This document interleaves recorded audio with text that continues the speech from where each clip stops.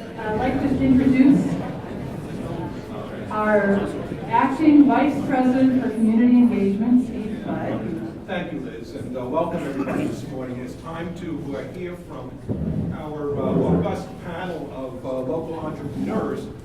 Moderating the panel today is Scott Rossiter. And Scott is a good friend of the college and a rather well-known presence down in the Blackstone Valley. Scott bought the Lampin Corporation about 25 years ago, Scott. And you grew that as an entrepreneur and then eventually sold it. And remain very, very active in the business community, but in particular, supporting other entrepreneurs and supporting us at Quincy Community College. Scott, you're going to moderate our panel. I am. Welcome. Can I have this mic, please? Jeez. Thank you, Steve. We are really lucky to be here this morning. Look at this place. I know some of you are here on a day pass. Others of us are here to Club Med for us, okay? But we are lucky to have this facility, and I'd like to give a round of applause to the people who put breakfast together. Okay? Thank you very much. As a volunteer sport counselor, I deal with a lot of entrepreneurs all the time. And so it's really exciting for me to be here today with this theme of entrepreneurship and this tremendous panel that we have. A panel that represents many different types of businesses, and it's all connected through Quinsigamond Community College. So let's see what we can learn from these people. My job is just to get them to tell the stories. Okay, let's see what we can learn from these people in the next 15 minutes, and then I'm going to ask you guys for the takeaway at the end of this. So maybe if we could start just with a short who, what, why, because we know nobody in their right mind would ever start a business. 50% fail within 2 years, okay? Who, what, why, and maybe what your connection is to the college, starting with Eric. Thank you, Scott. Good morning, everybody. My name is Eric Dunphy. I own Vital Emergency Medical Services with my partners. That's the what. Why, I still have no idea. 35 years ago, I first got acquainted with Quinsigamond, and 38 years ago, I first got acquainted with my wife, and I would have to give her all the credit for getting me to where I am, her and my wonderful children. How we got here was to put I spent pretty much my entire career in healthcare. I started as a nurse and got my first degree of education from Quinsigamond Community College and have continued to sort of singularly pursue that goal. The ambulance industry is a very unique industry, and we developed this program thinking that we could do just a little better for our community. So many of you know we have an operation down on South Main Street at the old Batanian Motors building. We employ 150 plus employees, have about 50 vehicles on the road, and we started with 2. And that was 7 years ago. And every morning I still try and figure out how this happened. But it was because of, we give a lot of thanks and we give a lot of credit to others, our employees, and everybody that's worked along with us. If our tide goes up, everybody's ship should go up with us, and we've tried to stay focused on that. We want to do well, but we want to do good. So thank you very much for having me here. I appreciate it. Good morning, everybody. My name is Carrie Johnson, and I am currently an adjunct professor at Quinsigamond Community College doing what I finally found is my true love in life, teaching as well as writing. I started a janitorial commercial contract cleaning company in 1985 called Sparkle Cleaning Associates. I started my company because I was living on government assistance, and I had 3 little boys to take care of, and it just wasn't making it. So I actually started out just to make some extra money, and it ended up just growing into this big company where I employed like 165 people. So it allowed me to take care of my kids and move them out of the projects, etc. And I sold the company in 2002, so here I am, and went back to my first love, which was writing, because I was a newspaper reporter for many years, and also teaching, finding out that I absolutely love teaching, and I have always worked with the Center for Women in Enterprise for about 15 years, teaching business planning to other women who are in my situation, and we're trying to get ahead. So that's the who, what, when, where, Why? why. Okay, so thank you. Good morning. My name is Kathy Barron, and I own Accurate Resource Group Incorporated. And I founded the company back in 1986, and the time's just flown by. It's unbelievable. The reason why I opened the business was a couple of reasons. My parents were both business owners, so I guess I knew that eventually I would be in business. And I really found that the second reason being that I was in the staffing and search world for a number of years and really loved it. So with that combination, I opened up Accurate Resource Group. We were in Worcester for 22 years in lovely downtown. And we, again, started largely in staffing and search. And you do evolve as the years go by. Now we have evolved, and largely due to myself and where I am in life and what I like to do, and partly because of the Great Recession, we've really evolved into a small business concierge, as I call us, and we do business consulting and other types of HR consulting and support for small businesses to help them grow their revenues and their business operations. And it really does utilize all of my talents, and so that's why I'm doing it. And I guess that's my story, and I'm sticking to it.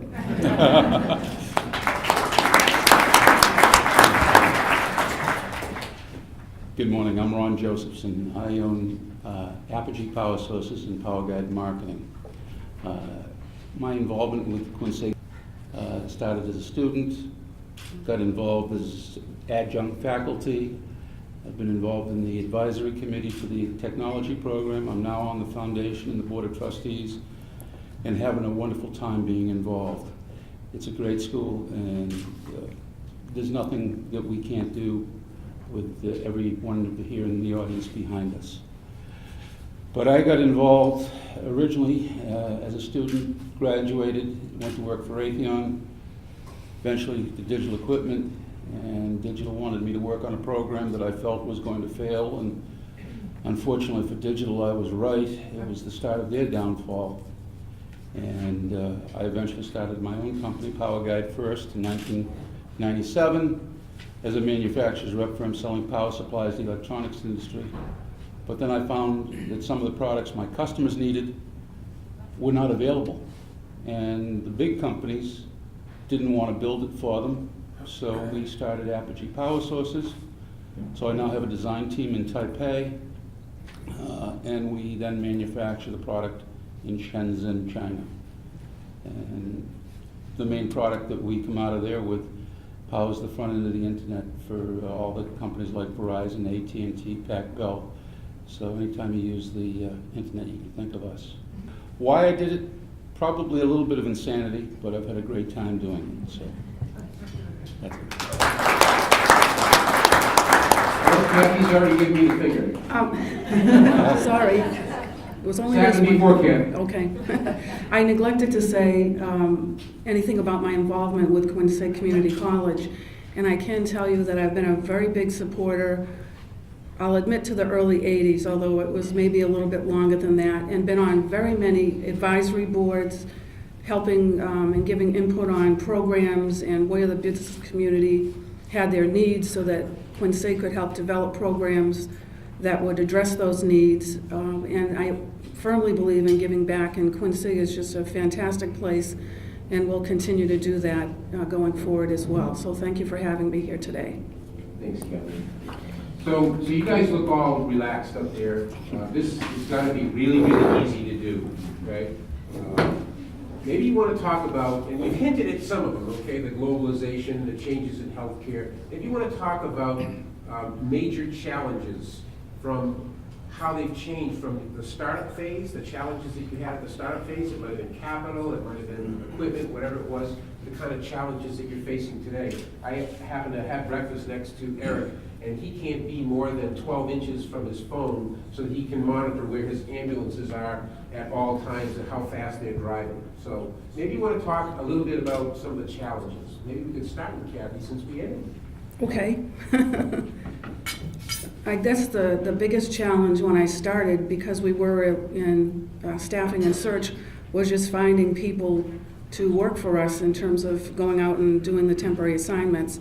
So that might sound silly, but we had good financing in place, and I had a big vision, so it was just a matter of going forward and doing it. I think another challenge too might have been creating our brand and not knowing what the problem wasn't knowing what our brand was going to be and how I wanted to develop it, but it did take some time to get it in place and to establish ourselves. So I guess there was not the technology that was here today, so we couldn't do a lot of things that we do today. And just for example, sending a resume to a client, it would take probably a week before, boy, I'm dating myself now, but it would take about a week by the time we mailed it out and then it actually got on the hiring official's desk.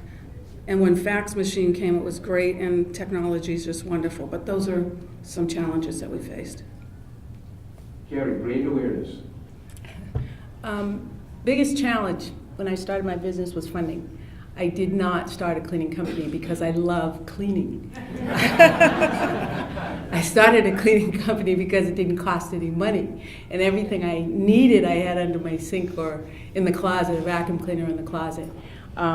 So it was funding, and I think back then it was difficult for women, more difficult for women to get financing to start businesses, and even more difficult for minority women. And then coupled together, you know, coming out of government assistance and that kind of thing, I could never get a loan. We were a $2 million company, and I think I had 100 employees, and I still couldn't get a loan. So because I had to grow the company on month-to-month receipts, and it was kind of like robbing from Peter to pay Paul, and you know, funding upfront contracts, so not paying payroll taxes and trying to keep it going. Eventually, we got everybody paid off and became profitable, but it was difficult. I think that was the biggest drawback. Technology really wasn't out there. We were working with beepers. So yeah, that was a problem, because anytime, day and night, you got beeped, and then you had to ride around and find a payphone. And so that was you know, you're right. And then if you didn't have any change, so yeah, that was a problem back then. I can't imagine what it would be like now. It would just be great to have cell phones and everything, but It's great, except you'd be like Eric, you're couldn't connected get away. 24/7. Right, definitely. You don't get to sleep anymore. So that was my biggest challenge. I think today it's a lot easier. I help women put together business plans, teach business planning for them to get funding, and it's a lot. The challenge is still great. You still more so, you know, better credit, better those kinds of things. But I think if they're more specific in planning out what they're trying to do, and are aware of the risks and have made plans to overcome some of the challenges, then they can start working on that better. Thank you. Eric? I think our first challenge was clearly funding. Getting in the ambulance industry is not inexpensive. Are there any bankers in the room here? Bankers here? Okay. You gotta go talk to these guys. Believe it or not, we were able to do it without banking. We all decided, my partners and I, that we would invest everything we owned, credit everything we had, our 401s, our home mortgages, our kids' retirement, everything we had, and then we would work for a year without a paycheck. So again, my wife was, you know, employed as a nurse, and that gave me at least a little bit to continue to move on. And then to understand our market, that we knew that based on the intensely competitive nature of our industry, that folks would not want to see us come into this market. Worcester is the second largest healthcare market in New England. Healthcare is changing very rapidly, and our industry is, for those of you that are not aware of the ambulance industry, you see an ambulance, you think, oh, it's an ambulance company, and that's how it works. But there's a lot of backroom functions that have to occur, and we had to build an awful lot of relationships very quickly and very quietly in order to establish. So it was a big risk. That was our biggest challenge, and as I said, we started with two and haven't looked back. And I think one of the most important things for us was to be a brand. We've been, as you've noticed, everything we did from the telephone. Now, you think about an ambulance, or what's the number you're going to call for an ambulance? 911. So 757-9111 became our number. Friends in Verizon helped me with that. The colors we wanted to do differently. Red, white, and blue was always the conventional. We went with yellow. And then we try to remember every day that the folks that we're dealing with are our families and our friends, and nobody ever wants to be with us, ever. So with the change of healthcare that's coming in the Affordable Care Act, the next phase is going to be even more intriguing, where the patient-centered medical home, reducing rehospitalizations, keeping folks in their home, letting paramedics do things in the home, and then keeping them there. Technology's been huge, and that's going to continue to drive a lot of what we do. So, All smooth sailing now, right? I'm sorry? All smooth sailing, no Oh, yeah, challenges? no yet? challenges. Okay. Ron, you've been doing this for a while. Yes, I have. And I guess when I started, my biggest issue was funding. And fortunately, I'm married to a wonderful woman who, for the first 2 years, made it possible for me to keep my business going and upward and onward until I could finally take a paycheck.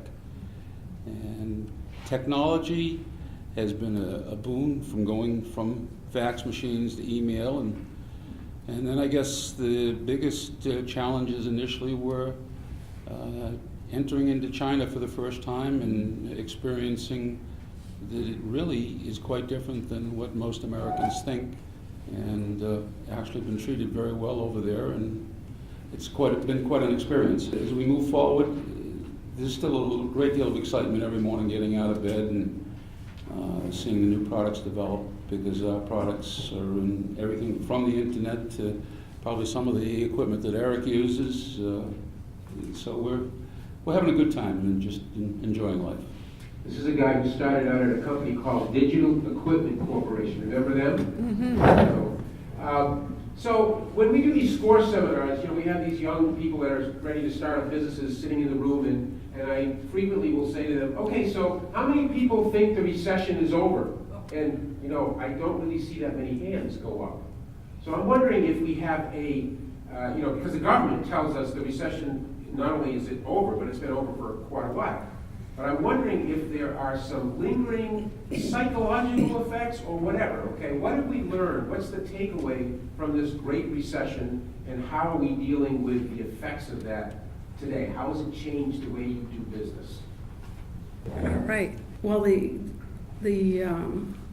effects of the Great Recession, which really was a depression, it was all because of a lot of greed and the economy collapsing and not being the way it was prior to that. And so coming out of it, there's a great entrepreneurial spirit. And you see the Great Depression, you see this recession, or depression if you want to call it, because it really is. You see many people who can't find work who decide to go into business.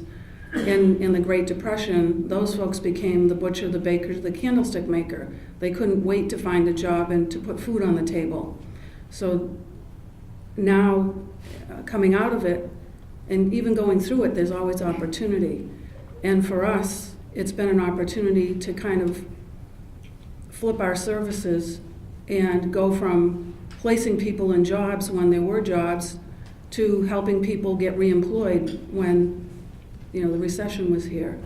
So we've really changed and really took advantage of the opportunities that presented themselves during that time. And so coming out the other end, there really is a lot of opportunity, and that's how you survive as a business owner, is just becoming creative and reinventing yourself. I call it the vulture opportunity. When the other guys are dying on the vine, okay, you're looking for the opportunity to come in and strike and pick up the pieces and start over.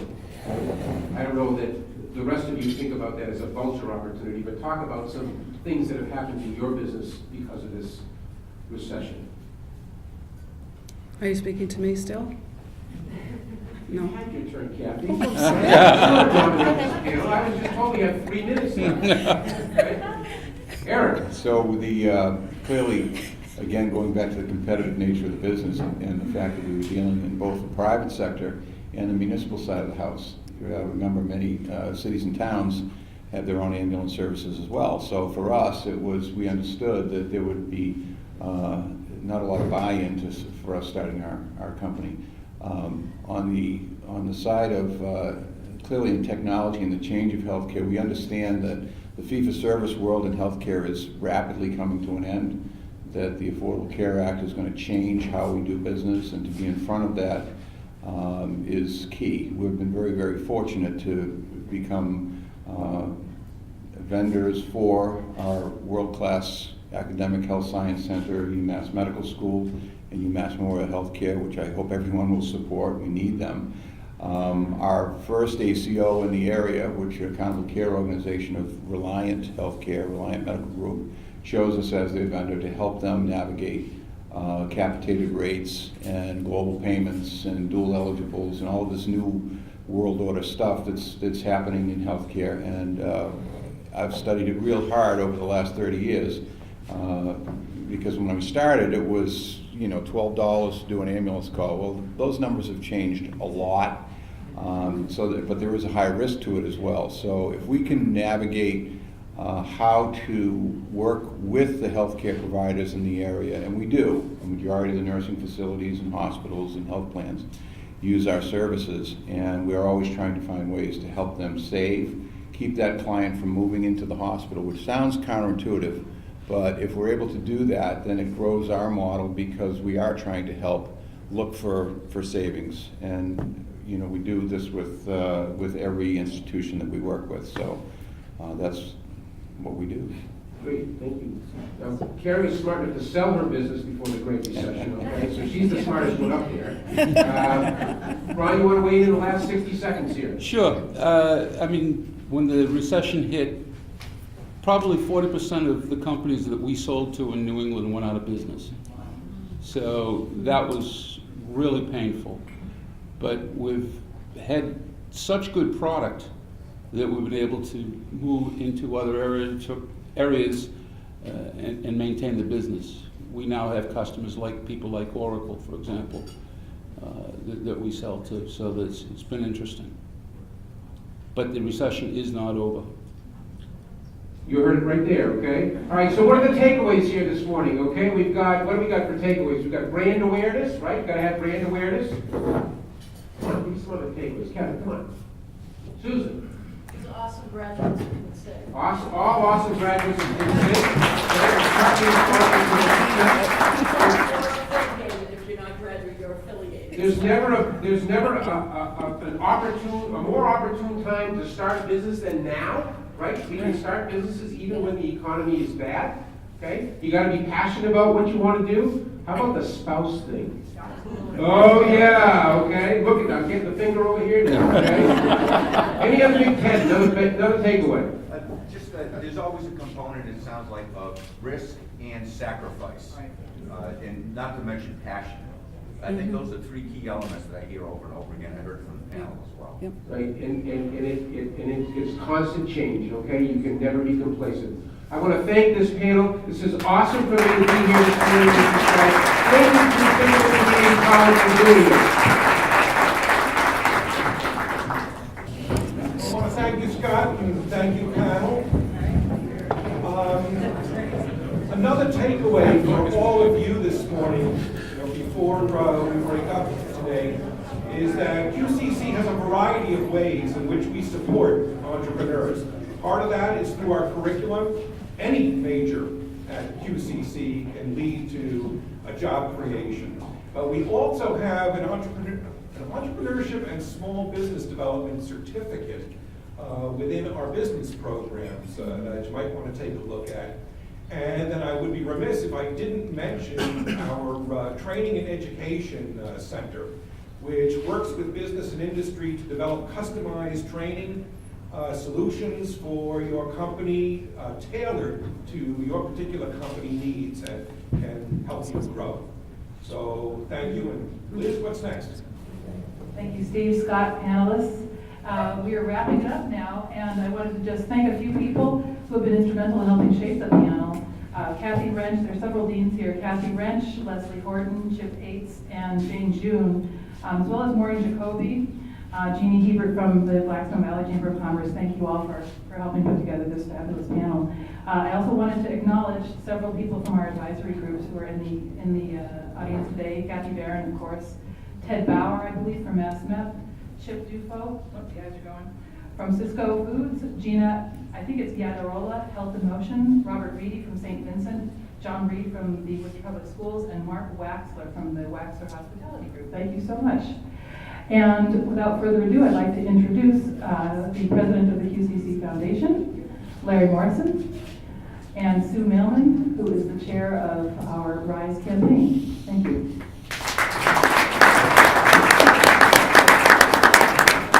Greetings. Thank you for setting aside this morning your most precious commodity, your time. Thank you. At the QCC Foundation, we are the private sector's best friend of the college. And arm in arm, we try to help the college add value to the community at large throughout the college's many community service areas. We are striving to help create conditions in which anyone and everyone, by dint of their own healthy ambitions, hard work, soupçon of luck, can find happiness. At the foundation, we are in the happiness business. Right now, we are pursuing our RISE campaign. RISE, of course, standing for Regional Investment in Service and Education, RISE. The chair of our RISE campaign, please welcome Sue Mailman.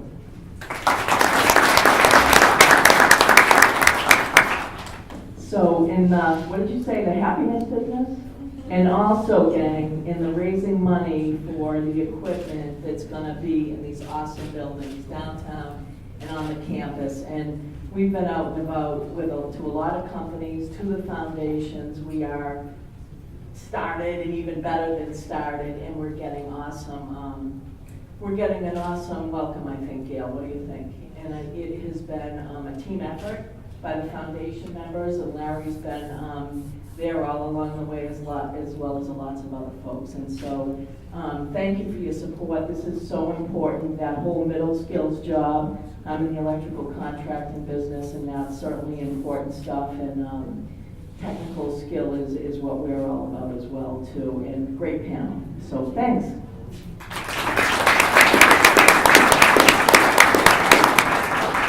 Our President, Gail Carberry, for a grace note, and then we're on our way. These wonderful people that you have seen with the St. Patrick's Day bow ties on, Quinsigamond Community College students all, individuals who are in this center. This is a branch campus of Quinsigamond Community College. This is where our hospitality management and recreation program is housed. And they were up at 4 o'clock this morning. 4 o'clock.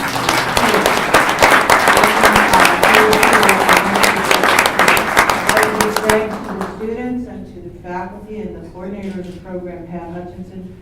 I don't know if she gets the energy to do what she does, but no matter what we ask her to do, these students are there front and center. You did a wonderful job. Thank you so much. I want to thank you all for turning out this morning. But I have to say that, Quinsigamond, again, is only as good as the individuals we touch. The individuals we touch as students, the individuals we touch in the community, the partnerships and alliances that we forge jointly. And so to those of you who are our partners in making great things happen, thank you so much. Be safe on your journey today.